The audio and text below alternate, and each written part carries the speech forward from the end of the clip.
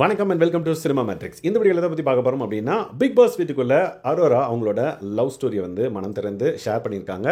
அந்த love story பற்றி நம்ம இப்போ டீட்டெயிலாக இந்த வீடியோவில் பார்த்தலாம். அதுக்கு முன்னாடி நம்மளோட சேனலை நீங்கள் சப்ஸ்கிரைப் பண்ணாமல் சப்ஸ்கிரைப் பண்ணி சப்போர்ட் பண்ணுங்கள்.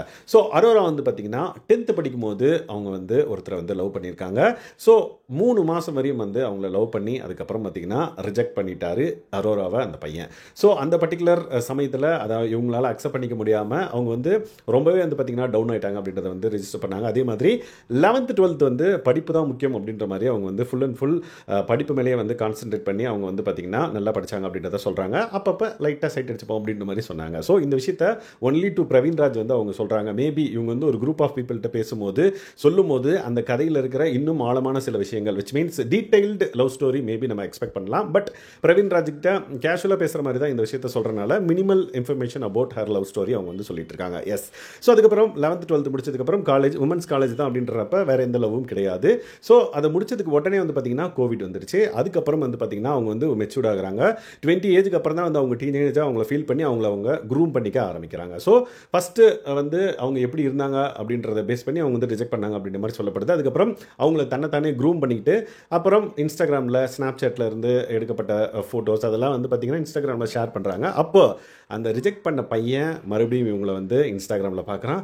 நீயா அரோரா நான் யார் தெரியுதா அப்படின்னோடனே இவங்களும் வந்து ஓகே எனக்கு தெரியுமே ஹாய் ஹாய் அப்படின்ற மாதிரி மறுபடியும் சேட் பண்ண ஆரம்பிச்சிருக்காங்க. அதே பையனை ஓகே நம்ம மீட் பண்ணலாமா அப்படின்னு கேட்டதுக்கு இவங்களும் வந்து ஓகே மீட் பண்ணலாம் அப்படின்ற மாதிரி சொல்லிட்டாங்க போல. ஸோ பிரவீன்ராஜ் வந்து நீ என்ன அவங்க இது பண்ண உடனே ரிஜெக்ட் பண்ணிட்டியா அப்படின்ற மாதிரி கேட்டிருக்காரு. அதே மாதிரி கொஞ்ச நேரம் சேட் பண்ணதுக்கப்புறம் வேணான்னு சொல்லியிருந்தேன் அப்படின்ற மாதிரி சொல்லியிருக்காங்க. பட் அதுக்கும் மேலே அரோரா ஒரு விஷயம் பண்ணியிருக்காங்க. என்னன்னு பார்த்தீங்கன்னா எஸ் டேட் பண்ணலாம் அதாவது மீட் பண்ணலாமே அப்படின்ற மாதிரி அந்த ஹோல் டே வந்து பார்த்தீங்கன்னா அவர் கூட இருந்திருக்காங்க. விச் மீன்ஸ் வெளியே போகிறது படம் பார்க்குறது பைக்கில் போகிறது அப்படின்ற மாதிரி. எதில் போனீங்க அப்படின்ற மாதிரி பிரவீன்ராஜ் வந்து கேட்பாரு. நான் வந்து பைக்கில் தான் வந்து போனேன் அப்படின்ற மாதிரி அவங்க வந்து சொல்லியிருப்பாங்க. அதுவும் வந்து வேணும்ட்டே வந்து அவங்கள இப்படி கை ஹக் பண்ணிட்டு தான் வந்து போனேன். அதுக்கப்புறம் வந்து அவங்க தேட்டரில் வந்து உட்காந்துட்டப்ப அவங்க கை பிடிச்சிட்டு தான் வந்து உட்காந்தேன். நான் என்னெல்லாம் வந்து லைக் அவங்கள ரொம்ப எக்ஸ்ட்ரீமாக போகாமல் ஜஸ்ட் ஒரு ஃப்ரெண்டு கூட எப்படி இருப்போமோ அந்த மாதிரி நான் அவர் கூட இருந்தேன். அன்றைக்கி படமும் பார்த்தேன் அப்படின்ற மாதிரி சொல்கிறாங்க. அதுக்கப்புறம் அவன் வந்து முடிவே பண்ணிட்டான். ஓகே இன்னைக்கு நம்மளுக்கு அரோரா தான் இன்னைக்கு அரோரா மறுபடியும் கிடச்சிருச்சு அப்படின்ற மாதிரி அவன் ஃபீல் பண்ணிட்டான்.